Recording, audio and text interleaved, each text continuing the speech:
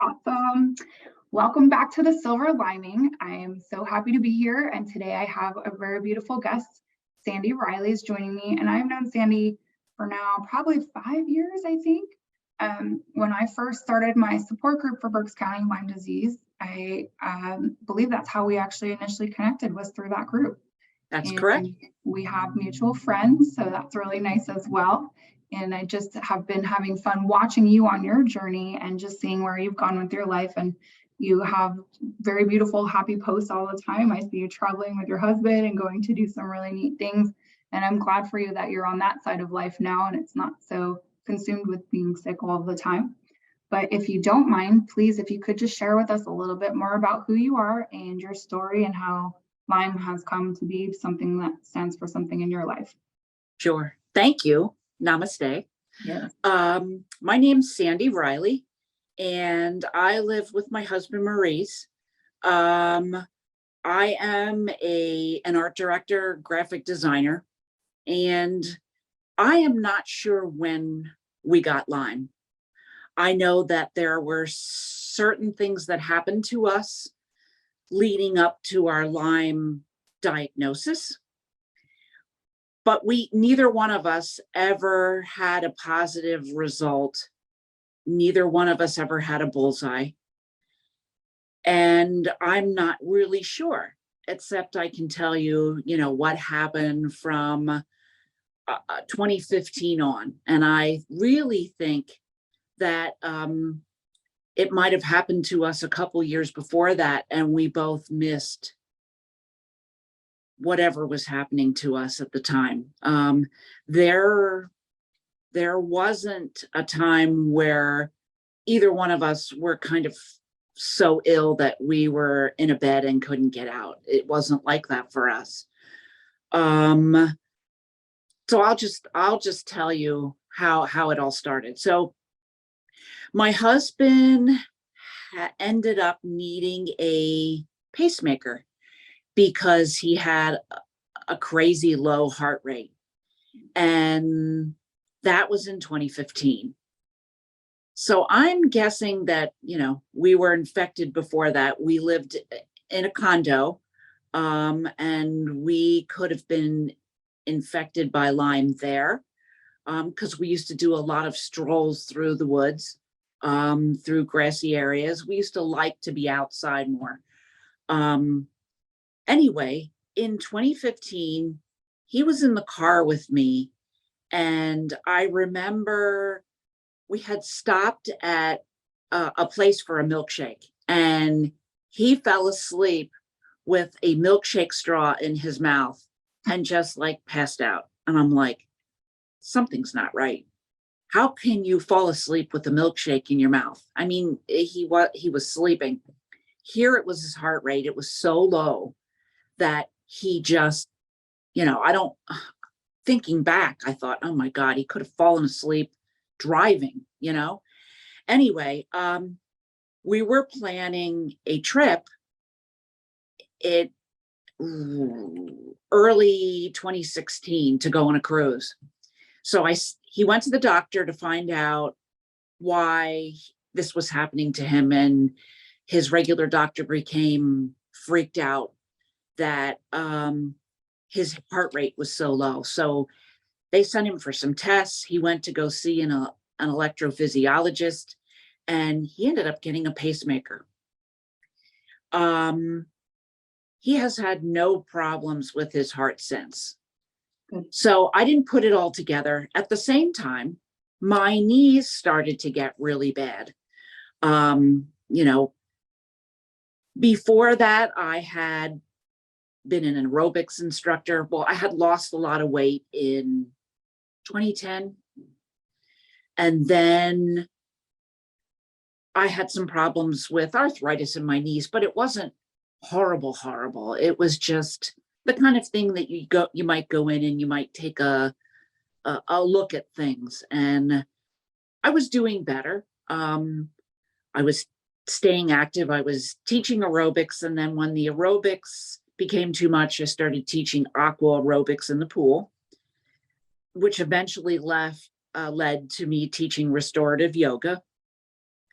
But then my knees got so bad that I couldn't kneel down and get on the floor and give the adjustments that I wanted to give to my restorative class.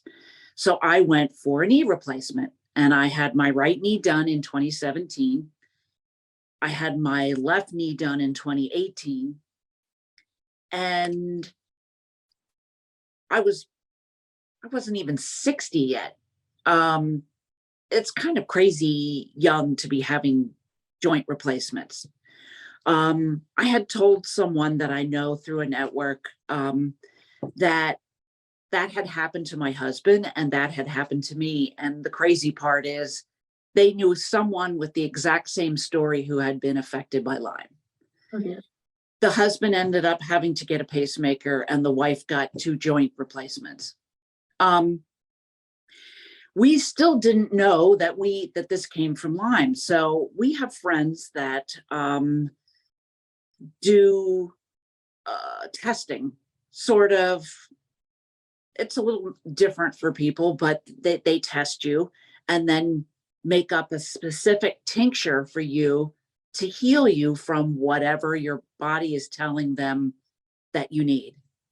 So that is the route that we went, and that is how we found out at the end of, what's that?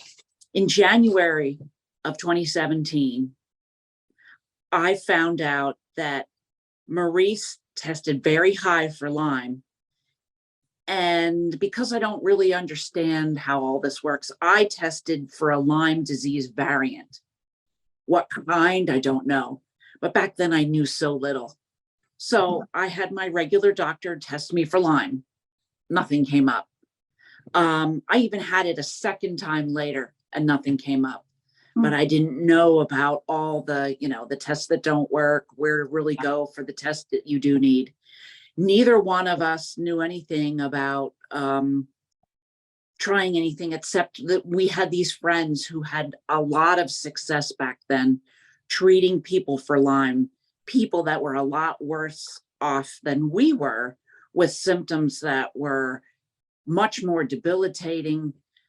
People who, the whole brain fog, and we might have had a touch of that, but we didn't have a lot of that. We kept working through all of this. So he had his pacemaker. I had my 2 joint replacements. We went on these tinctures and we spent, I'm going to say, a little over a year, from 2017 to 2018, trying to reduce the levels of Lyme in our body, till we got to a point later in 2018 that our tests, we kept retesting and ended up with a 0, down from a very high score of Lyme in our body. And we were feeling really good about it. He never had any more trouble, but then, we didn't think he ever had any problem with his heart anyway. So that's how we found out that we had it. It was just kind of by chance that we decided to take this route and try something that was totally off the grid, because both of us were feeling like traditional medicine wasn't doing anything for us. They were telling us that we didn't have it, and yet we were hearing through our network of friends that other people had experienced the same thing, and they think theirs was caused by Lyme also. Thank goodness, in a sense, that you had people in your network to kind of point you more into the right direction. Yes. But I often wonder how many people have gone through what you guys have gone through with a knee replacement, a heart pacemaker, or these things that we're looking for help to fix what's going on in the body, when it comes back to Lyme, to the spirochete, and just if people could have avoided having those surgeries or those replacements done, had they treated, I'm always curious about that. And I always had a question about this, like, who got it? Did we both get it? Were we affected by different ticks? Because, and here's another thing that I always want to know about, but I can't ever find information on it, because it's a spirochete. can you transmit it during sex? That's my husband, you know? Yes. This is something that depends on where you look for the information, but I've definitely heard that that's a possible way of transmission. The doctors that I've had tell me that say you have to be like really sick for that to happen. Because at that point I was still sick too. And I was like, oh my God, I'm never having sex again. That's just okay, horrible, you know? But once you get it out of you, you can't pass anything anymore, you know? But it is a scary thing to think. Like, I was counseling another husband and wife couple, and similar thing is I said to them, potentially it could be spread sexually, and they weren't sure who had it first and if they both got bit, similar, you know, and so it's just something else to consider. I know that I believe they've proven in tests that you can pass it through the placenta and potentially through breast milk as well if you're a mother. So it's something to be aware of for listeners that aren't familiar with these ever so enlightening topics, that you can pass it through the placenta and sexually transmit it. But it is definitely something. Thinking back, and I didn't think anything of it at the time, but in 2017, I had some sort of weird result from the gynecologist that I had gone to, and they were trying to tell me that I had some sort of little STD. Well, how about hearing that news and then coming home and telling your husband, I've been faithful, but oh, what about you? Here, it was nothing. I ended up switching practices because I was so upset that I got this result, and it was nothing. Okay. I think it was part of this whole thing before we got cleared by what we were taking. I mean, I never ever heard of it after I switched and ended up going to a totally different office, telling them that I had some sort of issue, but that was months after I started the treatment. Now, my husband just got tested again through the same people, and he ended up with some sort of blotchiness on his face and went to a dermatologist, and they think he has lupus. Huh. So he's going through another round, and he was tested to see if he had Lyme again, and that's still at 0. But I think it does things that probably set you up in the future for things to go wrong. You know, I don't know that. I don't know. But I want to do another one of those tests for myself and see where I am. But I'm sort of working on one of us at a time. Understood. And curiously speaking, Sandy, did you guys I would imagine you got tested for co-infections too, not just Lyme, right? Well, I'm not sure how sophisticated these tests are. They do tell you certain degrees of different things. They test for toxins and heavy metals and blockages and inflammation, and all of that came back nothing. Is it the same kind of testing that you've gone through where they can tell you those co-infections? Probably not. I don't know. And it would be great if I was tested for that. I just never went that route. And maybe that's something I need to do.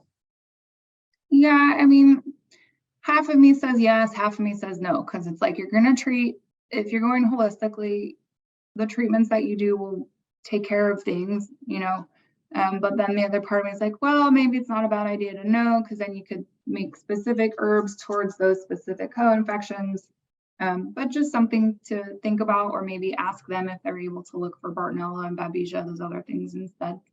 I mean, I had read some books along the way, and there was a guy who ended up with Lyme after buying a property.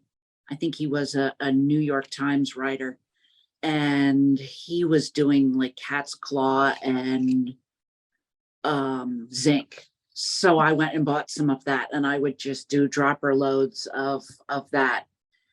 I think it helped. You know, sometimes you think, okay, did you just were you so hopeful that it would work that it kind of worked, or did it really work?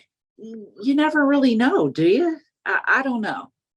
I mean, unless you're really checking numbers and you're taking tests constantly, you could probably watch, your numbers fall or rise or whatever. But we didn't do any of that. We just, Go ahead. we didn't know which way to go. And because we both were trying to take care of this Lyme and get ourselves back to a point where we were 100%, we just didn't know if it was going to cost us thousands of dollars for all this testing, and we didn't do it. So I really think at this point, I mean, I know he doesn't have Lyme, but what did that set him up for?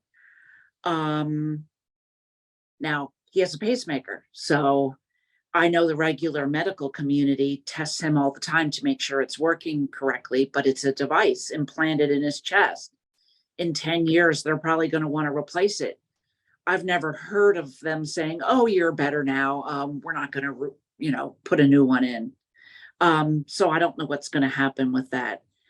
Since that time, I went to see someone that you recommended me to see, and I went through things like candida, colitis.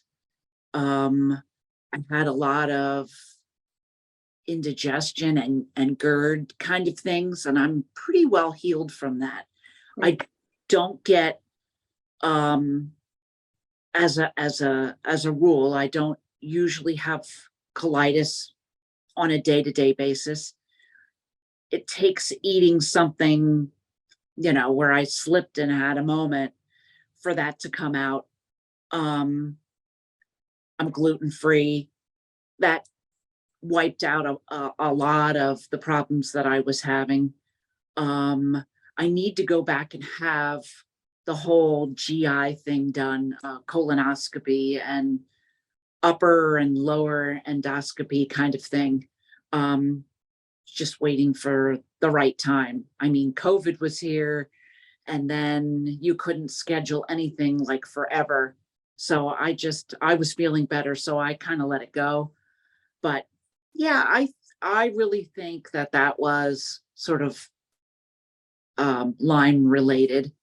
I learned a lot through that process, and I think even though I'm healed from that for the most part, I feel healthier than I ever have. I mean, the gluten-free thing, most people are like, oh, I can never do that. Oh, no.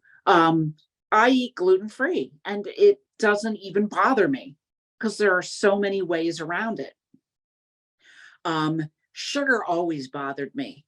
I used to get sinus headaches all the time. And when I dropped sugar back when I was losing weight 20 years ago, when I dropped the sugar, my headaches went away.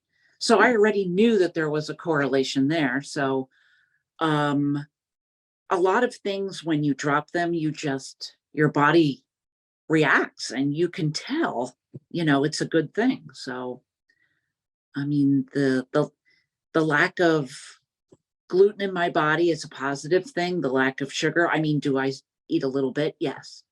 But I'm very careful about that. And dairy, just a little bit here and there.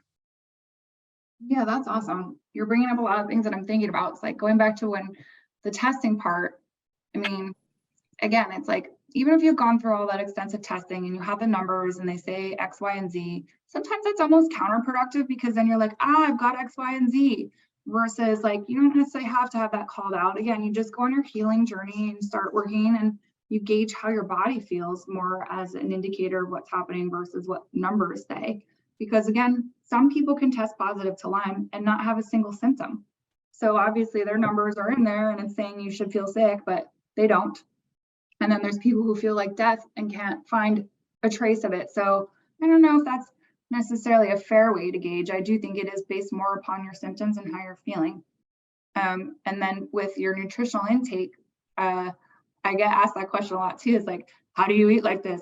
What do you eat? It's like, well, thank God they've got such good choices now to help us make that a lot of an easier decision to make. Yep. And I don't feel like I'm going without. I don't feel like I'm doing this horrible diet that's so terrible and I'm only eating cardboard. It's nothing like that. I have a very good wide variety of foods that I can eat. You just have to retrain yourself or reteach yourself a new way to do something. And that's possible, but sometimes that's taking effort and people don't really want to put into the effort to get out, what they really want. Change can be very scary for people. So Right. I'm glad that you were empowered enough to honor yourself and try some different things to see what would work. I know you had also touched upon things before we started recording about taking eggs out of your diet.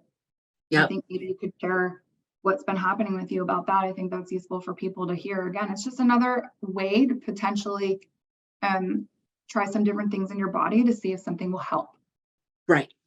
Right. So I was a big egg person. I love my eggs. They're a great source of protein. They're quick and easy. I would only buy the best, pasture raised.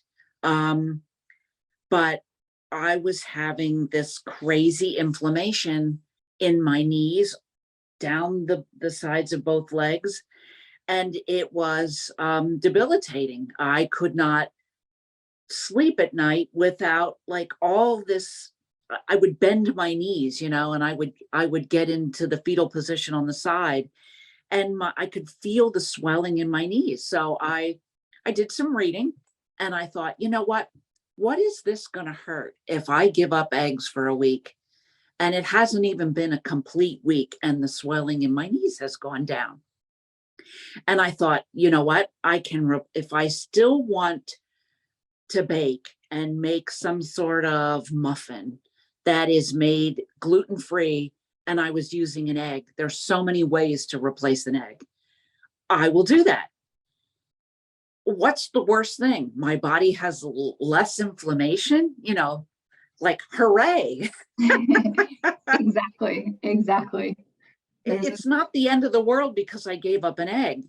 Some people have diabetes and they give up other things. Other people are not supposed to have salt. There could be worse things than giving up eggs, So I'm still testing that out. I'm committed to giving it the full week and then into a second week because I'm like, I can do this.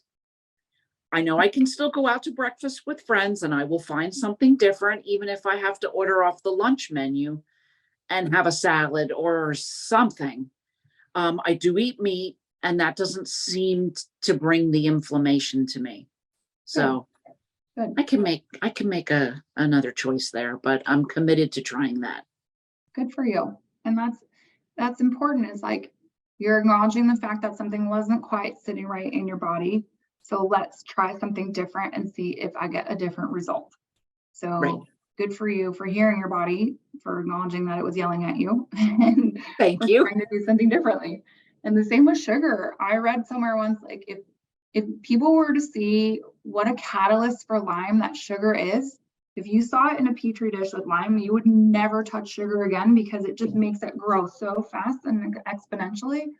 So that's good that you're also limiting that. And sugar has its place, but I find that we've just become so reliant on sugar. And if you actually watch people's food patterning, I've seen firsthand, I feel the addiction that sugar can lend to people, or the pull, the tractor beam that it has on them to eat more of it and to put more of it in your body.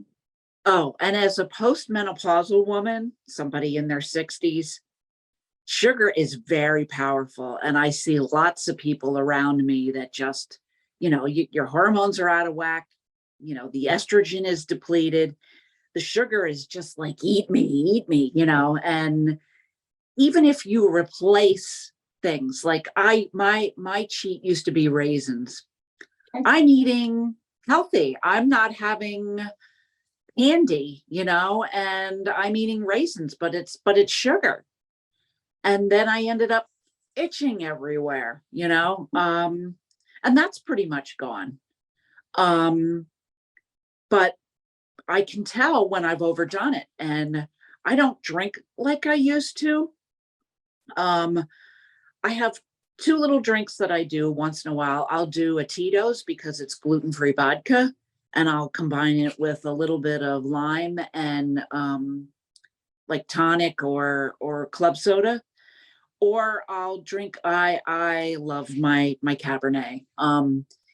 But wine has sugar in it, so I try to, and I'm a lightweight. It doesn't take more than a drink for me to be like, you know, I'm a cheap date. Right. But I don't drink like I used to. I'm pretty sure that all turns to sugar and has a similar result. Yeah, I'm curious then. I don't drink anymore. It's been about 3.5 years since I drank. And I think part of what happened to me, my body just didn't want it anymore. Are you finding that is happening to you? I remember somebody explained to me once the way that the spirochete interacts with alcohol just amplifies everything in our body. It makes us a lot more sensitive to it. And it actually, there's a chemical reaction that's created through having Lyme and the interaction with alcohol that is detrimental more so to us than to people who don't have it. So I just wonder if you're noticing that. Like if I had one of my last times of drinking, I had a glass of wine with dinner with water, was not overdoing it, a glass of wine. I was hungover for 2 days. Like it just wasn't worth it to me anymore. I have to really be careful, yeah, because I just can't drink a lot like I used to, and that's a good thing. Yeah. Um, I am not sure what that does. I just know that one drink is sufficient, and I don't always want that. It used to be that I would drink one glass of wine after work, you know? Now I don't, and for whatever reason, I don't feel like I need it. Maybe it's because I'm more relaxed. I don't have a commute and I work from home, and that's all working for me. And I don't feel like I need something to relax me. I also have my own yoga space upstairs, and if I really want to lead my own self in a restorative pose, I can go up there and, I don't need the drink. There are some situations where I go out with other people and I do want to drink and I just have one, and I make it last. But yeah, for whatever reason, my body doesn't want it as often. I don't crave it. But every once in a while, I feel like I just might want a little something. And then afterwards, I just have to be careful that I don't drink some really cheap crap, That makes it worse. I think that's fair for everyone to say. Yeah, I just got right to it. So I really do wonder then, though, if that's a result of you just sort of cleaning up your nutritional intake plan and getting more healthy, or if it's the Lyme that's driving it, or if that's a combination of both things that's lessened that desire for you. I don't know if we'll ever really know the answer to that, but I'm just something to think about for people. Because again, I think I just became too healthy. And so I wonder if that's what happened to you since you started changing and reducing the other things that were causing inflammation in your body. Your body was smart enough to say that one also causes inflammation and problems for me, and I don't want it either. Yeah, and that could be it. I have to tune in a little bit more just to see,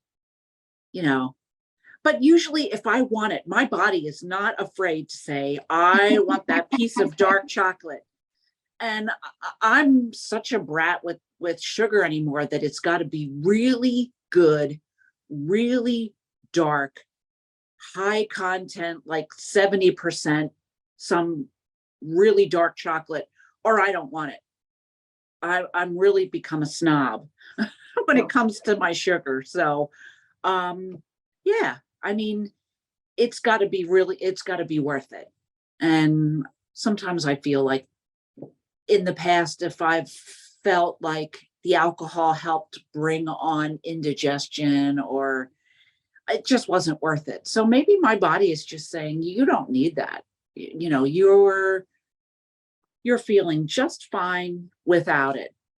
Yes, I'd be very curious. And again, I don't know if that's something that we'll actually really ever know the answer to, but I do think that's something to think about, or it's fun to think about that kind of stuff. And like, does it really matter? Does it really, you know, I don't know how many people who had Lyme don't drink any longer. That would be another interesting poll, but It would be. in my lifetime, we'll see. So these are some good things. These are really great things in terms of like, what have you been doing to kind of help yourself heal? What different things have you found to be successful for you with the healing process? And I know obviously we've talked about some of the nutritional intake things that you've done. Are there other things that you found that have helped you in your tinctures and such? But exercise is a big thing, and I have trouble with that because I've got the swelling and the knee replacements, and I wasn't as active as I wanted to be. And when I would go outside, for some reason, at where I'm at, I don't do well in heat. So if it gets too hot, I retreat. But there was a time that I would be cold all the time. So it seemed like the temperature had to be just a certain temperature for me to want to go. And then because of the swelling in my legs, which seems to be better just in the last few days, I went out and did yard work today.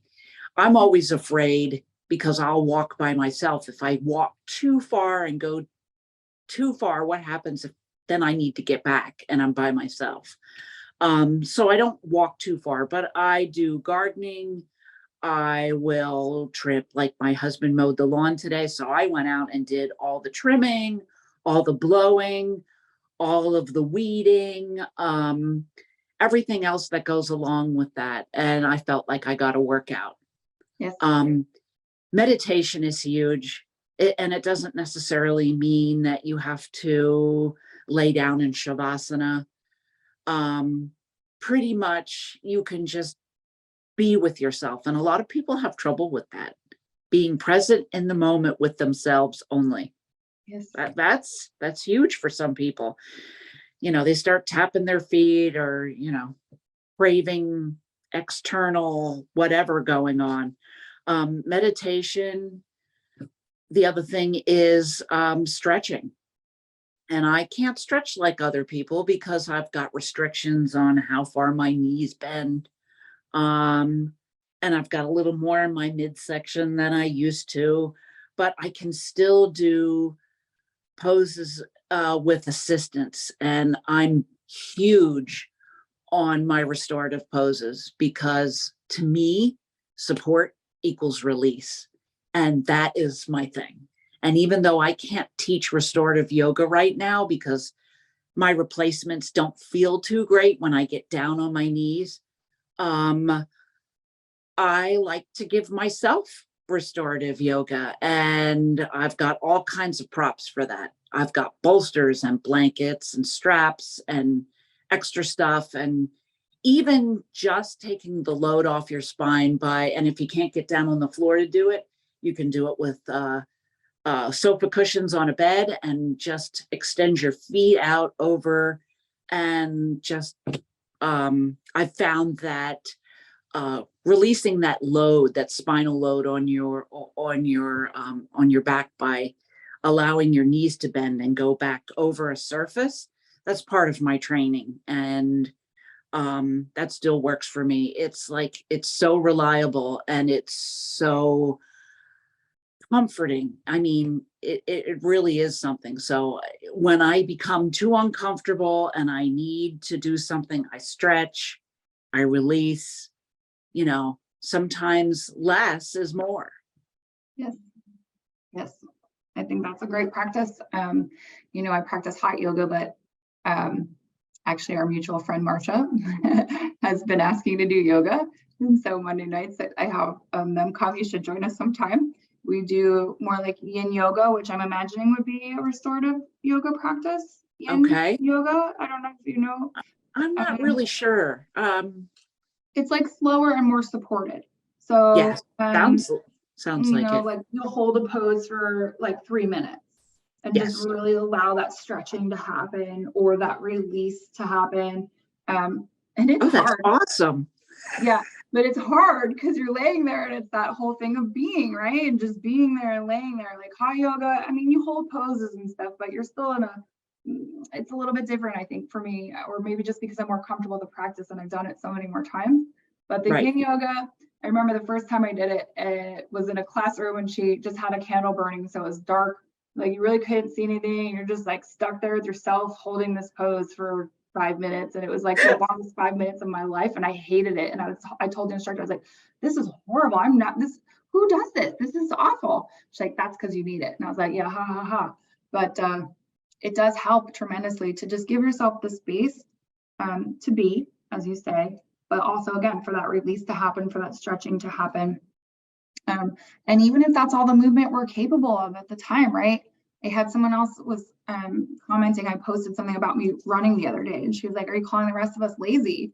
And I was like, no, that's the furthest thing from my mind of what I'm trying to put off here. Like, I'm just trying to inspire people for one, but secondly, like when I first started to get better, all I could do was lay in a ball on the floor and cry. Like I couldn't move. I was so sick. And I get that some of the people with Lyme and other illnesses are worse, like in a wheelchair or stuck physically, like they can't actually get themselves up to do something, but you can still breathe. You can still move energy through your body with breath work and allow some of that life force to circulate through you. Because I think that's a lot of it is getting that, you know, energy moving again in the body to wake us back to life, to put us alive again. And so I'm glad that you can still practice yourself, even if it's not quite in the capacity that you want to, because that's just going to help you. As you say, exercise is huge and not just moves things. And I do think too, if you sit with Lyme and you don't move, it just sinks on in further, you know, so you're just going to keep trying to move in any way possible. I was doing a lot of massage, which I think was helping. I just gave it a rest for the summer.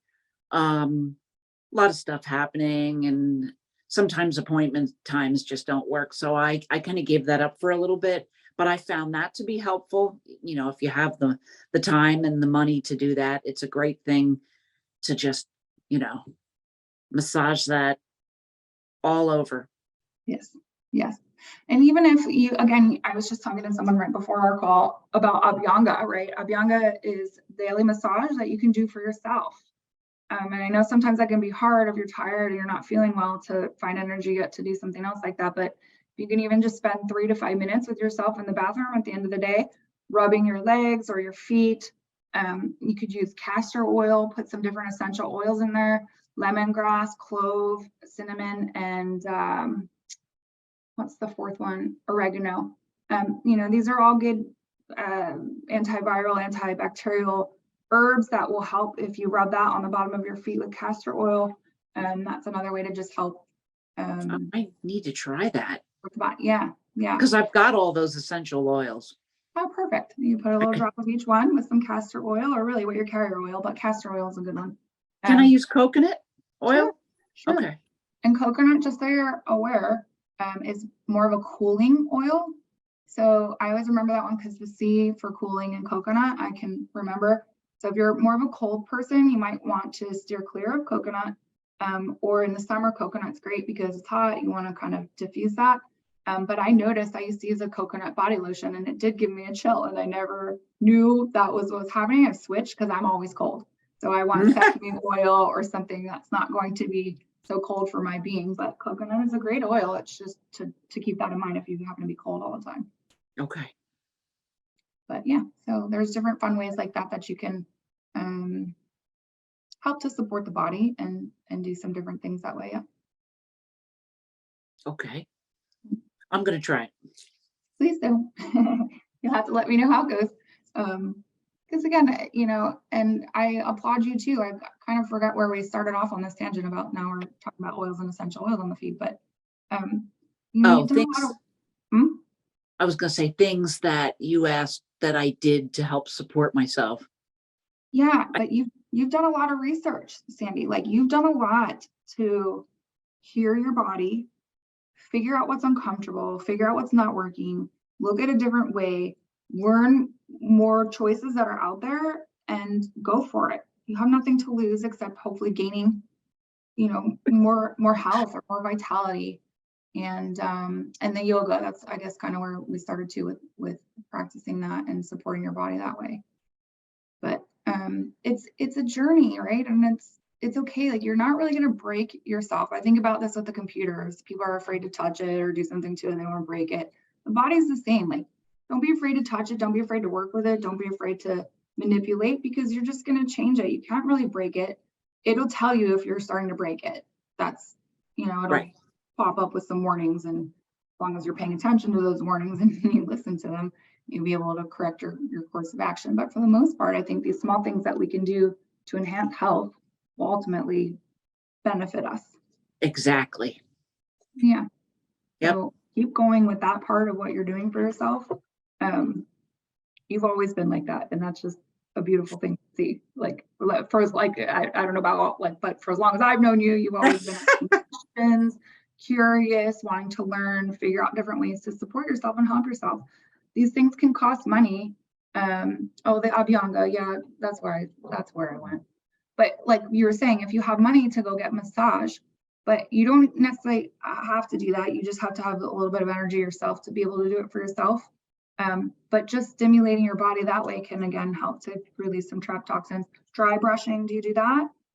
My massage therapist gave me a dry brush. So in the evening, when I'm going to bed, I've used it on my legs to help massage those areas that were swollen or just felt itching or whatever they were feeling. I would use the dry brush. And then because I've got, you know, the tendency to have arthritis and inflammation, I have a couple different roller bars.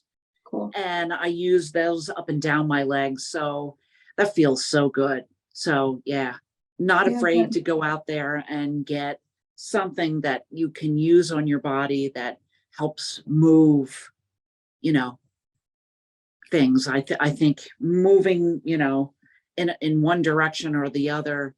And you know more than I do about what is that?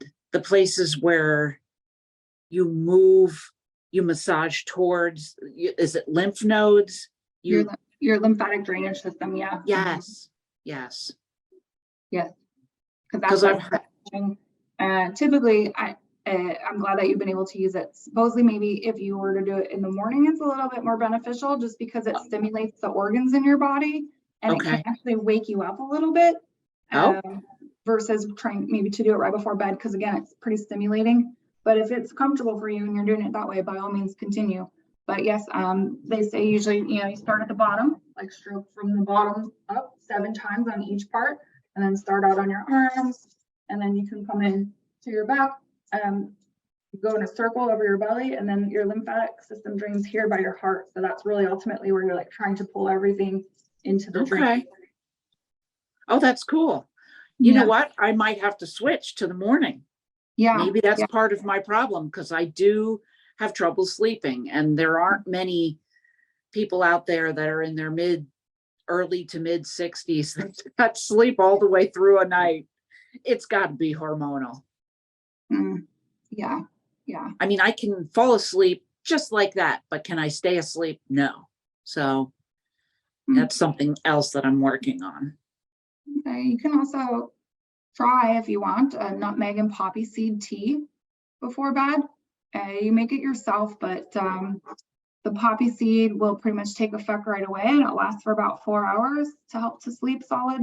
And then the nutmeg takes about 4 hours to kick in. And so by the time the poppy seed's wearing off, the nutmeg's starting to take effect, and it should help you get about an 8-hour window. Oh, wow. Yeah. That's wonderful. Yeah. Kind of like an extended release, you know, from Mother Nature. That's right. That's right. That's right. So let me know if you try that one too. And you keep talking about hormones. I know you said that you had your thyroid tested. Did they check your hormone levels too? Is that something that you specifically have had done? I did not. I do have a note here at my desk that I'm going to have a hormone test soon. Okay. I know that I'm a person that used to have fibroids years ago and had a hysterectomy at 50. So I didn't naturally go into menopause. It was kind of forced upon me. I didn't have my ovaries removed, so I still had some of that going on, but like, I don't know how many years it takes for all of that to kind of shrink down and cease to function. But yeah, I need to have a test, and I've got a note here. Someone gave me some information on a test I might want to try. Good, because that keeps coming up, and I keep thinking like, okay, maybe that's something for you to look at. And I'm hearing fibroids. Where my brain's going is that usually is I think a higher level of estrogen that causes things to grow. That was because, yeah, when I was younger, I was on the pill, and so my body got tons of estrogen, and they never tell you that, not that you would listen when you're a teenager anyway, but right. Yeah. And then you could get to 44 and you're like, maybe I should have had a kid then. I don't know, because I don't have it now. So I'm like, I spent my whole life trying not to have one. And I'm like, maybe that wasn't the right thing. I don't know. But yeah, that's something that I'm kind of amused with now at 44, like, well. But yeah, so that will definitely have an impact on our body and just some things. And I don't know exactly how long it takes for that stuff to completely wash out of us, but that'll affect gut health. That'll affect a lot of different things. Curiously speaking, do you take any type of probiotic? Is that I do. in your world? Yeah, cool. I do. I've taken ones that were specific for certain conditions. And then right now I have one that's refrigerated that I pop in the evening Okay. With other things like my magnesium that I take to help relax me, and my melatonin when I need it. Yeah, cool. And do you use, if you're taking magnesium for relaxing, do you use ancient minerals at all to soak in the tub? Magnesium flakes?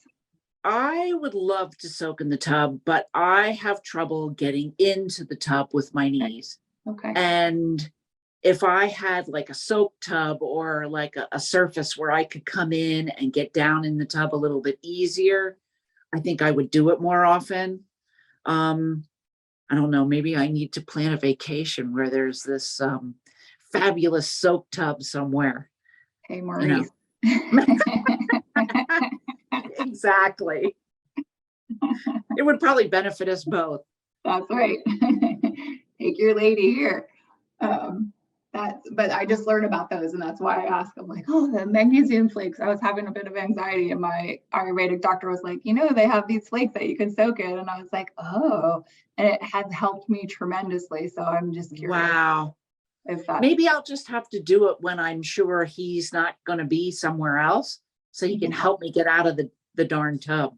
Yeah. And then I don't know if the salt float tanks actually have magnesium in them. Have you ever done a salt float tank? No, I've heard of it. Never did one. Those are fun. I'm trying to think. I'm going to Google this. If a salt float tank have magnesium in it. What is in salt? Sodium and magnesium? I don't know. I should know that. Pretty sure it's. Yes. Well, it's mainly due to the fact that the water in the float tank is so dense with magnesium that your body becomes extra buoyant and sits comfortably atop the water. So that would be another way for you to do it. And they have one down in Westchester.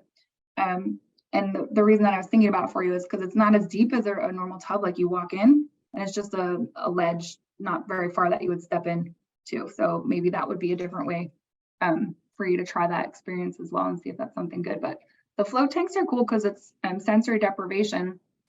So you can leave the light on if you want to, but I generally turn the light out. It's completely black and you're just floating. And it's sort of, the first time I did it, I felt like I was maybe in the womb. I don't know if that was right, but I love water and I love floating. I mean, I've always been comfortable in water. I can float anywhere. Yeah. Well, I would try that then if you're into that, because okay, it's another way to help relax. It helps to reset some PTSD. They've done a lot of good studies on how it helps to reset the sympathetic nervous system. And so it's just, for many reasons, very beneficial, but the magnesium too will help you just to relax and stuff. Cool. Thank you. You're welcome. All right. Can you tell me, Sandy, if there were any specific moments that you can remember through your journey here that you knew you were going to get better, or that you knew you were healing?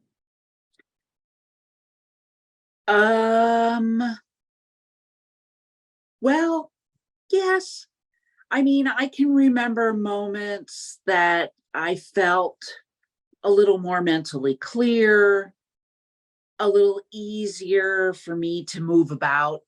Having joint replacement surgery kind of makes it rough for you to know that, that your body is feeling better when it's pretty invasive, and it's a lot of rehab that goes with it. I always feel like, yeah, the rehab is like right after surgery, but I felt like I was always doing things to sort of recover from that. But yes, I mean, I can remember a point, I'm going to say, sort of about the time that we were hearing back from our testing with the tinctures. I started to just feel lighter somehow. Maybe it was the fact knowing that, the test showed that the tinctures were working, and that, there was less and less and less, and then finally no Lyme left in our bodies. Maybe it was knowing that kind of made you feel lighter, emotionally and physically all together. I know that we started to do more. It took us a while from our healing to go back on vacations, but we did. Even, after having the surgeries that we did, and then feeling like, that we were going to be okay. You can kind of process things and know that your brain, your head is working, your body's working, and that, but like I said, for us, it was so different. It was kind of like there was no beginning. We never really knew, except for the tinctures that we were taking, that we had gone to an alternative kind of healing protocol. If it wasn't for that, I mean, I guess we would have said, we would have sort of listened to our body and said, so how is it feeling now? It helps when you have some sort of something that you can look at a paper and say, here's my test results. It says that there is something to be said for that. If you do some sort of testing, because I think, it just makes you feel lighter, like healing is going on. And although I would never want Lyme again, I would have never thought to do these things for myself. I would have never thought to give up sugar a little more aggressively. I would have never gone gluten-free if it wasn't for this journey. I would have never met all of the natural and holistic practitioners that I've met along the way. And now, that's all I want. That's the avenue I'm going to take if something starts to go wrong. Because for me, you can't go to your regular mainstream physician's office and get answers to everything. You can't. I mean, yeah, if you've got a cold, they can tell you if you have strep throat or if you've broken your arm, but there are just some things that are better along a different journey. And if it wouldn't have been for this journey, I would have never discovered all of that. Yes, and that's a beautiful silver lining. One good thing that's come to you out of this, it's probably not the path that maybe you would have chosen to learn that, but if you had to learn something out of it, that's a really great thing to have acquired. And I often say to people, if my arm gets ripped off or something like this, please take me to the hospital. But otherwise, I don't think I really want to go there, given the experiences that I've had with that, which is rather ironic given that like 7 people or something in my family were doctors in the Western medicine world. My father was a physician. Uh-huh. He was a DO. He died during COVID in 2021. But he probably, and I went through Lyme and didn't tell him too much. He knew that I was eating weird, according, but he was pretty mainstream. And I've got other people in my family that are physicians, nurses, all that kind of stuff. And, I don't know what they believe. Didn't do a whole lot of consulting with them. I've kind of found my little group of people that sort of steered me this way or that way. And it's been a good journey. Yeah, good. I'm glad. And again, it's definitely no slight against Western medicine, but it's just another option, right? Or something that we can do to help to enhance what Western medicine says too. Because that's actually something I talk to people about with antibiotics. And my own spirit was like, oh, I can't take herbs with antibiotics. The antibiotics are going to do what they need to. And it's like, no, actually, herbs can help to enhance what antibiotics will do to you if you go the route of taking antibiotics. They can definitely be taken simultaneously. You'd want to consult with your doctor first just to make sure that it's not some weird interaction that's going to happen. But for the most part, general herbs are, good to help to support that. But it's maybe somewhat counter to the narrative, I think, that we've been told a lot, in that Western medicine is the end all be all. But certainly it's not. And there are these other alternative means that we can do to help to support our body. And again, even in the instance of Western medicine, sometimes I find that they take the approach of sit and wait and watch and see. But in the meantime, there's so many things that you can do for yourself to help. Yoga, meditation, breath work, massages, brushing, this, that, all of that stuff is just going to help your body ultimately heal in the end, much more rapidly than just sitting and waiting to see if something worse is going to come out of whatever it is they're watching. I actually would have taken antibiotics if I would have been able to take them. But if you get a negative test, mainstream medicine isn't going to give you an antibiotic because you are pretty convinced you have Lyme. Yeah. And the testing that you took, did you do the standard 2-tier testing, the Western blot and the ELISA that you tested negative for? Do you know? I am not sure. I know that I went to my regular local doctor's office and had them test me twice for Lyme. And I don't remember. I could probably go back into my account and look to see what kind of test that was. But I just, like, now, if I thought I was bitten, I would text you. I'd be like, Anne, what test do I need? Well, and that's sort of what I'm getting at too, Sandy. It's like, well, that test that they give you usually is only 50 to 65% accurate. And so that's what I'm just curious if I'm guessing, since you went to the regular family doctor and they did the testing, that it probably would be the Western blot or the ELISA test that they used. And again, we know that that's not a good measuring stick at all for people with Lyme disease, because it leaves people like you who had it, but the test says no, because it's not meeting the CDC requirements, or possibly you're not testing positive to the kinds that they're looking for. But there are other kinds out there besides the kind that they're just looking for. Why would we make a test that only looks for a little bit and not the whole thing? Not sure, but we know that happens. So again, it's just good to call that out to listeners. That test is sometimes more detrimental than beneficial to people's health. Right.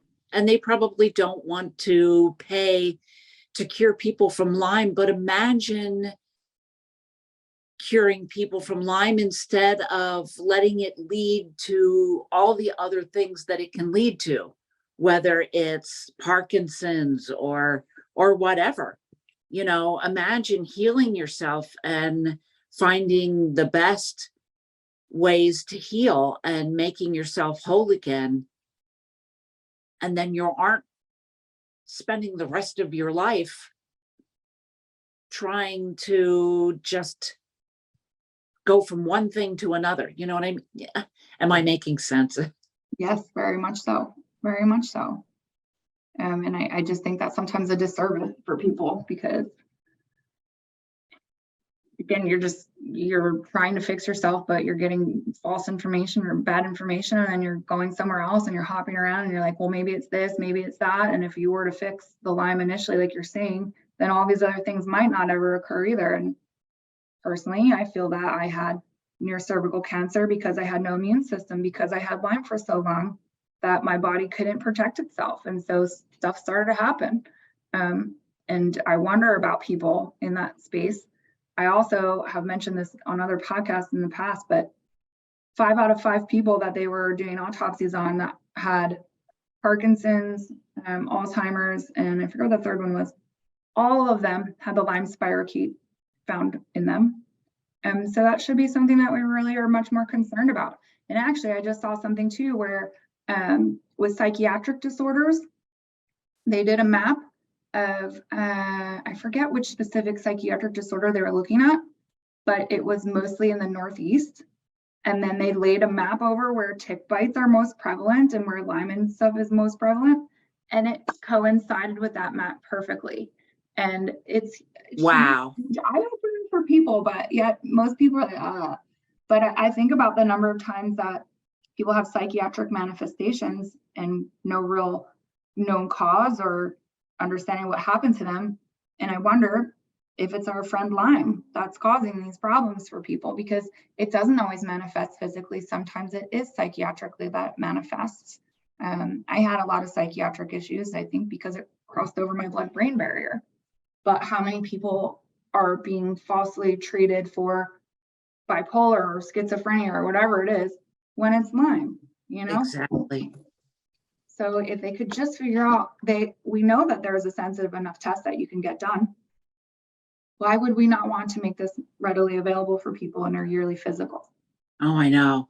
Especially residents in our area should be tested every year, standard protocol. Yep, I agree. Maybe one day we'll get there. If people are looking for a reliable test, just to mention again, IGeneX is a great place. IGENEX is a lab in California that's specialized enough, or you could get yourself to an ILADS trained physician.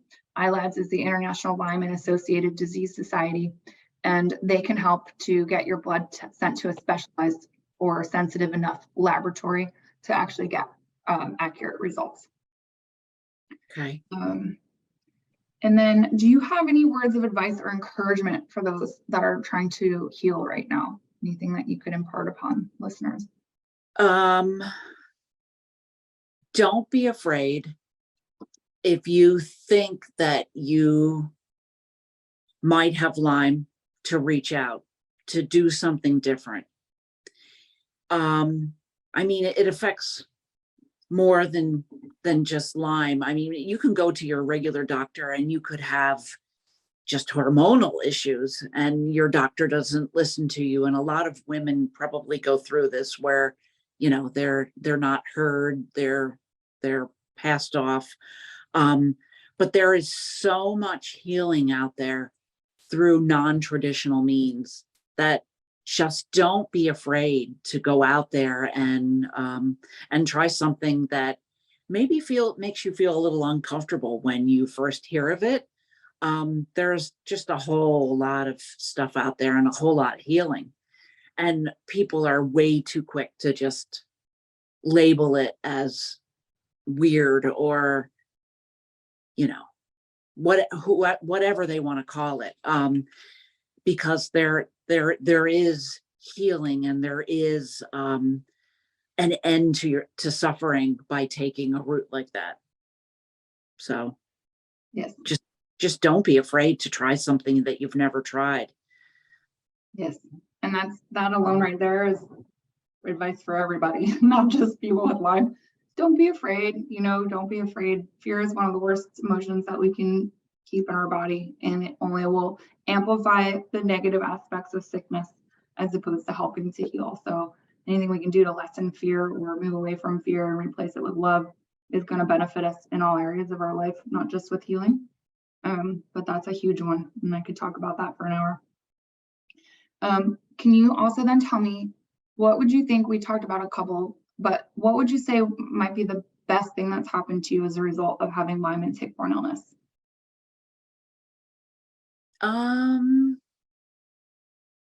This is a tough one.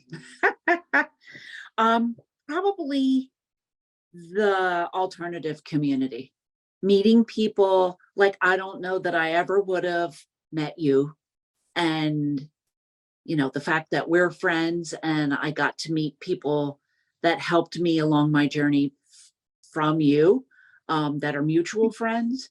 And I probably wouldn't have done all the reading. I've got books off to the side here on Lyme and healing, much probably like the books back there that Yep. you have.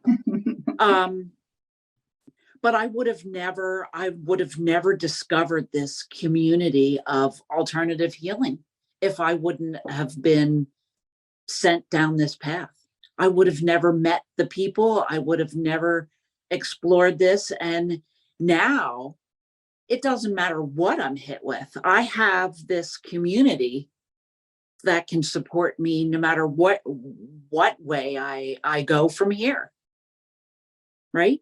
Yes, tremendously, which is really beautiful. Yeah. And again, it's one of those things that it's like, why did it have to suck so bad to get there? But I'm kind of glad it did, because what you've got out of it is so beautiful and worth so much. And just the personal growth that you've achieved through this experience as well is huge, and the amount of growth and evolution that your soul has gone through. And that is one of the things that I see for people who have this on more of a long term is, it's a dark journey to go through, but it is also a really beautiful process to see happen. And when you can come out on the other side and you feel better and you're able to go on vacation with Maurice again and do these fun things and have fun again, it's correct. It's so beautiful. It's so beautiful. And that's partially why I enjoy sharing these stories, because it's all metamorphosis that you go through. You're transforming from this into that, and it's just so beautiful. And it sometimes takes a really intense catalyst, is what I'll call Lyme, to do this for us. But in a sense, it's almost like, would you trade it? Would you have traded your experience? So would you do it differently if you could? Would you have gotten rid of the Lyme and tick-borne illness? Would I have done it differently? Like, would you choose to not have had Lyme, I guess is what I'm getting at. That's a really tough question that I don't know if I can answer. And that's okay. I struggle with that answer myself, because I'm like, well, duh, why would I choose to have this? Like, yes, I could create this. I wouldn't want this for anyone. But then I'm like, well, I wouldn't be who I am. Would I trade that away? Because I've become such a better human, I feel, out of the experience. So, right. I don't know. I don't know either. That's a tough one to answer. I don't know that I can say that I wanted it, but it was my path. Yes. So. Well, I'm glad that our paths brought us together. Me too. We did become friends as a result of this, because you're a very beautiful person, and I really do enjoy you very much. And thank you. Watching you, we don't probably spend as much time personally together, but I see you on Facebook a lot, and it does leave me feeling connected. But it would be fantastic if you can join us for yoga on Mondays soon. You know what? I just might do that. Yes, that would be great to see you again that way. But thank you for sharing this time with me, and for being open and vulnerable and talking about something that is a little bit more difficult, or maybe a little bit more emotionally charged, and just being able to share with our listeners your story. Again, everybody's story is different, and I think we all have something to lend to this that hopefully will be beneficial to the listeners, that they're like, hey, you remember that lady Sandy? She was talking about doing this restorative yoga stuff. I think I should maybe look into that. Or what tincture was she taking, or whatever it is. And speaking of that, is it okay for our listeners to contact you through, say, Facebook, if they were to want to ask you questions specifically about your journey? Are you comfortable with people reaching out to you for that? Sure. Messenger. Perfect. Because then everything's kind of like a private conversation. Yep. I am open to that. Perfect. Thank you. And I'm so happy you asked me to do this. Yeah, me too. Thanks. Thank you so much. I'm really glad to spend this time with you. This has been delightful. Thank you. Yes, absolutely. I will see you soon, I hope. Thank you very much. Okay. Enjoy Bye. your day. Bye. Thanks. Bye.